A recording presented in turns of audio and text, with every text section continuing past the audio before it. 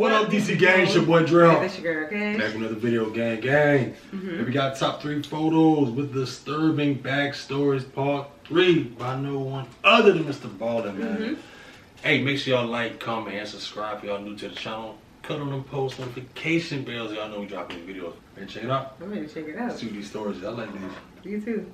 Today, I'm going to share with you 3 progressively more disturbing stories, and at the end of each of them, I'm going to share with you a picture that is famously associated with them. But before I get into today's stories, if you're a fan of the strange, dark, and mysterious delivered in story format, then you've come to the right channel because that's all I do, and I upload 3, 4, even 5 times every week. So if that's of interest to you, then please throat punch the like button and then subscribe to this channel and turn on all notifications so you don't miss any of my weekly uploads. Alright, let's get into today's stories.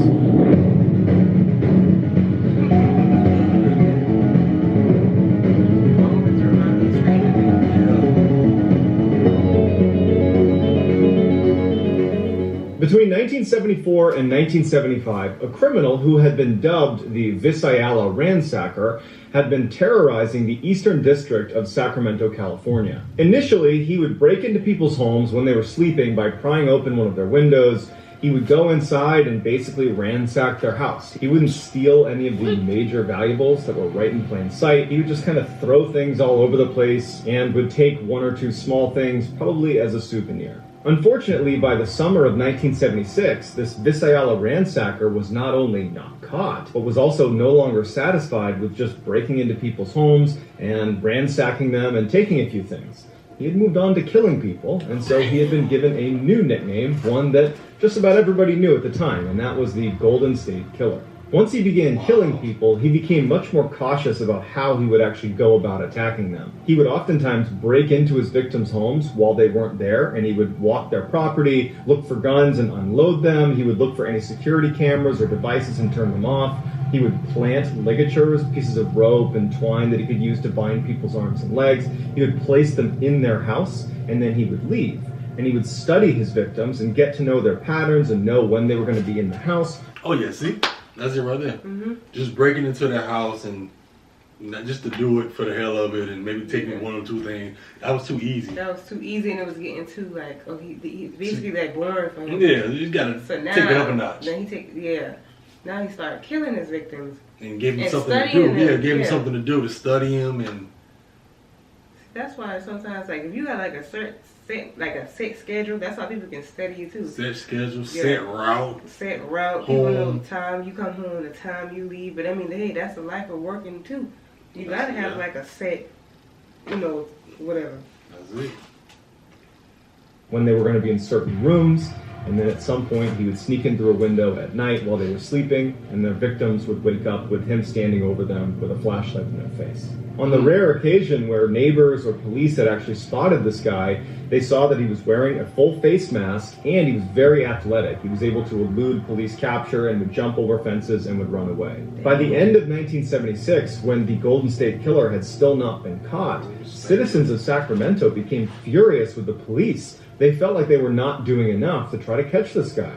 So on November 3rd, 1976, the police actually host this huge town hall meeting, and they invite all the citizens of Sacramento to come be a part of it, voice your complaints, listen to what police are actually trying to do to catch the Golden State Killer, and basically just have an opportunity to air your grievances a little bit. Right. During the meeting, a man in the crowd who was a citizen of Sacramento stands up and basically starts making fun of the Golden State Killer, calling him weak and a coward, saying, you're preying on women. If you ever came to my house, I would totally beat the crap out of you. Like, this guy's a joke. And everybody in the town hall meeting just totally ate it up. It was like this one little victory for the town of Sacramento is we're going to put down the Golden State Killer for being weak and a coward. Then, in an ironic twist of fate, that guy who was making fun of the Golden State Killer, he and his wife became the next victims of the Golden State Killer. And in fact, the Golden State... What if the Golden State Killer was in there? Exactly. The whole time, because they didn't know who he was. They talking all that trash. He probably was back there like plotting like what I'll do if you come to my house or whatever like that. So okay, that's kind of you. Yeah. The killer changed his entire MO. Instead of kind of targeting random people all over Sacramento, he began only targeting married couples, and he would always attack when the husband was home. For decades, the Golden State Killer eluded capture and even taunted the police in threatening phone calls all the way up until 2001. But in 2016, they reinvestigated the Golden State Killer case using DNA evidence, something that was not available in the 70s and the 80s when they were investigating these crimes. And it was through this reinvestigation that they were able to capture 74-year-old Joseph DeAngelo in 2018, who was, in fact, the Golden State Killer. DeAngelo pled guilty to 13 counts of first-degree murder and was given 12 consecutive life sentences. When the killer was finally identified as Joseph DeAngelo, police were going through some of the older case photos and they made a startling discovery. This is a picture from the November 3rd, 1976 town hall meeting, and there in the middle of the photo is none other than Joseph DeAngelo, aka the Golden State Killer. And he was there when that citizen of Sacramento stood up and began berating the Golden State Killer, saying how he was a coward and weak, and that he would totally... So like I just said too, that would make it okay, since you want to act like that. They gotta understand too, they didn't know who he was. They should have known, like, okay, we gotta, kind of be cautious because you don't know if the person they think all just everybody good in there. Right, because at first he gotta act like he... You have to study him and go in there and see what's going on. Exactly. Are they on to me? Yeah, are they on to me? They trying to figure out who, you know what I mean? So that's why he probably went there to see who all know anything. That's good right here. Stood up and began berating the Golden State Killer, saying how he was a coward and weak, and that he would totally beat him up if he ever came to his house. And there's Joseph DeAngelo sitting there listening to this guy. And after the meeting, what does he do? He targets the guy that spoke out against him. And even after he attacked this guy, apparently he was so upset that he changed his entire MO and only targeted married couples from that point on, as if he was proving a point that you can't touch me. You can't touch me. Yeah, that's what you showed me the point. By the time Tyler Hadley turned 15, he was skipping school regularly and hanging out with the wrong crowd. Tyler's parents had tried to do everything to get their son back on track between doctor's visits, psychiatry appointments, medication, an outpatient mental health program, but none of it seemed to work. Tyler just was on the wrong path. As Tyler's behavior continued to get worse as he got older, his parents just didn't know what to do, became very frustrated with him, and became very, very strict disciplinarians. One night when Tyler came home and he appeared to be intoxicated, his parents took his phone and car away, and Tyler was furious. And he confided in his best friend Michael Mandel that he thought his parents had gone over the line, that they were over-disciplining him, and he said to Michael that he wanted to kill his mother. Now, Michael knew Tyler and had known him since he was a little kid, and he did not think twice about this claim that, Tyler wanted to kill his mom. He just thought that Tyler was frustrated with his parents, and Michael did know that Tyler's parents were very, very strict and hard on him. So he just kind of wrote it off. Not long after this incident, Tyler starts talking about this huge house party he's going to have. And all of Tyler's friends, including Michael, just didn't buy it. They're like, there's no way you could ever pull this off. Your parents are too strict and they never leave town anyways. But every time people approached him, he would say, oh no, my parents aren't going to be there. They'll never find out. At some point, Michael gets a Facebook invitation to Tyler's big house party, and he sees that it's been sent to so many people. It's been sent well beyond an inner circle of friends to just total strangers. And then on the Facebook invitation itself, someone had posted on the wall, hey Tyler, what are you going to do if your parents come home? And he responded to that, they won't. Trust me. On the day of the party, Michael shows up to Tyler's house, and it is packed with people. Lots of people he didn't know, and he was fairly certain Tyler didn't know them either.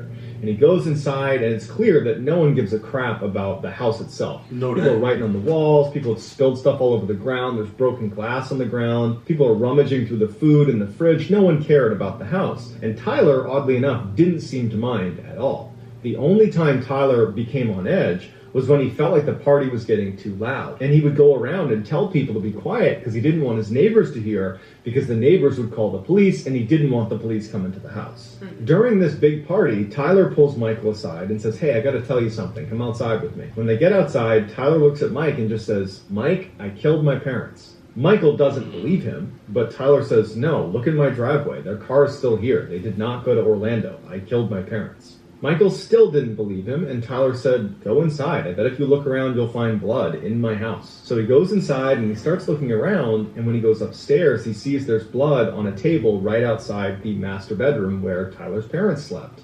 And on the door handle to the master bedroom, there was also blood. So he goes back down, and he goes, Tyler, you're playing a prank on me. And Tyler goes, no, when the party dies down, I'll show you proof. At this point, Michael is starting to think this could actually be real. Yeah. And Tyler walks away, and Michael's thinking to himself, I can't wait till the end of this party to see if this is really true or not.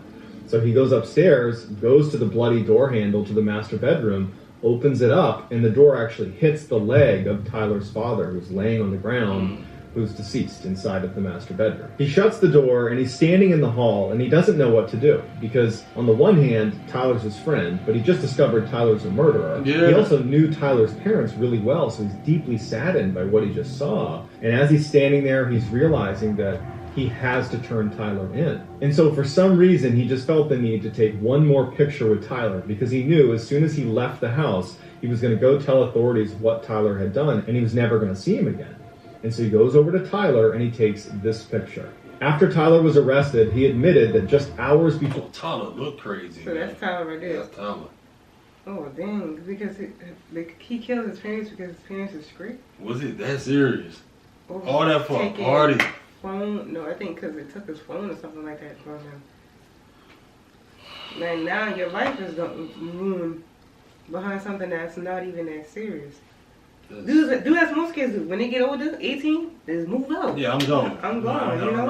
I'm going to college. I'm going to do whatever I got to do. I'm out. You don't have to work, you know, tell me what to do no more. But some people just, I guess they just lose it. Black out. Some people just, you know, I can't take it no more, you know. And then you just having the party like nothing. Like nothing happened. Like nothing happened. Like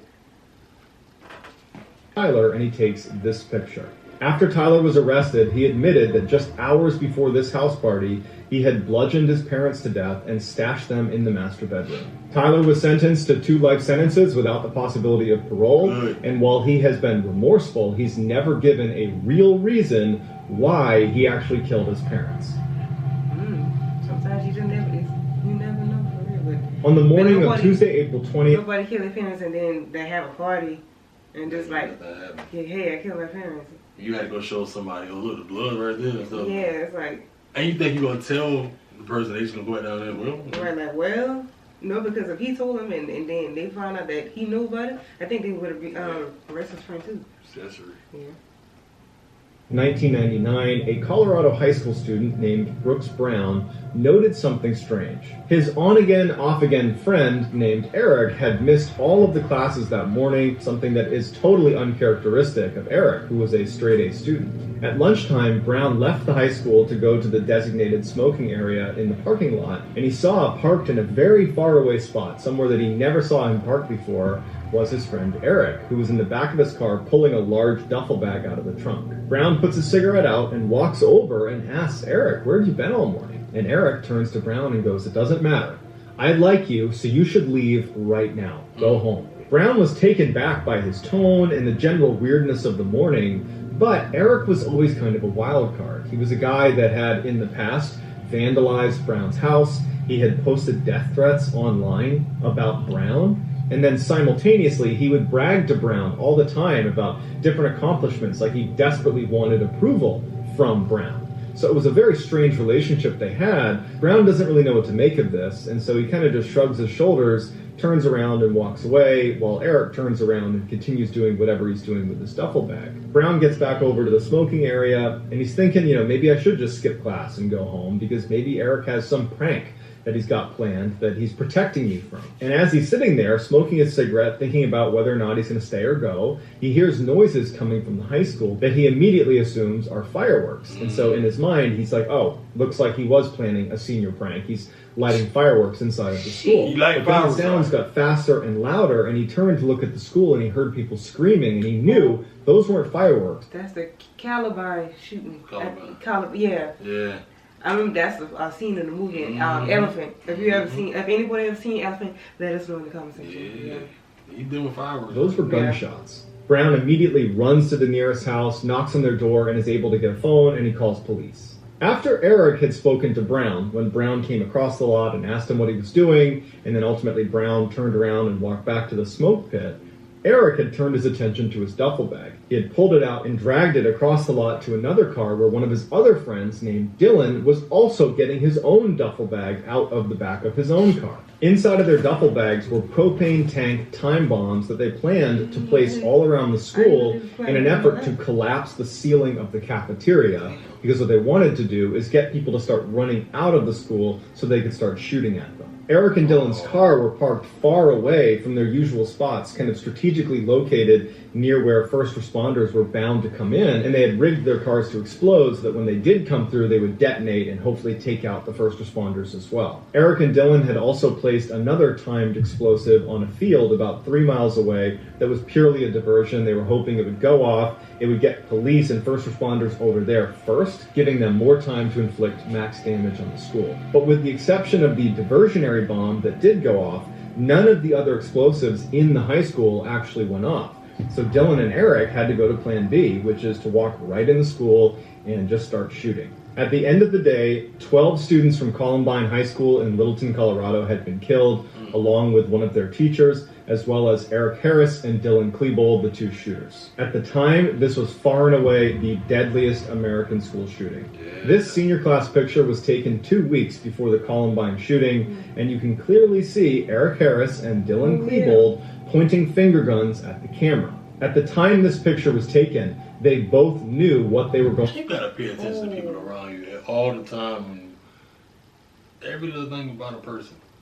That's crazy. They taking pictures like this. All of them are really like knowing, like, yeah, we showing it. And he said, what he said? Go back. American school shooting. This senior class picture was taken 2 weeks before the Columbine shooting, and you can clearly see Eric Harris and Dylan Klebold pointing finger guns at the camera. At the time this picture was taken, they both knew what they were going to do to the students in that picture, because they had been planning this attack for over a year and referred to it as Judgment Day. So that's going to do it, guys. Give me your reactions to these 3 stories in the comments section, and I will pin the best comment at the top. If you enjoyed today's video and you haven't done this already, please throat punch the like button and subscribe. Dang, so they were planning that attack for 2 years. I mean, not 2 years, for a year. I remember that happened. It seemed like it wasn't even that long ago, really. Mm-hmm. That was crazy. Yeah. Ooh. I remember for me first hearing about it, I think it was a movie called Elephant. I think that was like based on the Columbine shooting. Yeah, I don't know if that was based on it, but I think somebody did tell me it was based on it, and that's how I found out about the Columbine shooting. I gotta see that. I didn't see that movie yet. Well, let us know in the comment section if that was based on that, what happened a long time ago. Oh, yeah. Yep, DC Gang, that was our top 3 photos. Crazy. Disturbing backstory. Yeah, crazy. Let us know how y'all feel about that down in the comment section below. Make sure you smash a like on this video. Subscribe to the channel. Yes. Also, Mr. Ballen's credentials, all the social media accounts and everything will be down in the description below. Make sure y'all give him a follow on everything. Anyway, DC Gang, man, it's your boy DreadHawk. And this your girl Cash. Catch y'all next one. Catch y'all next one.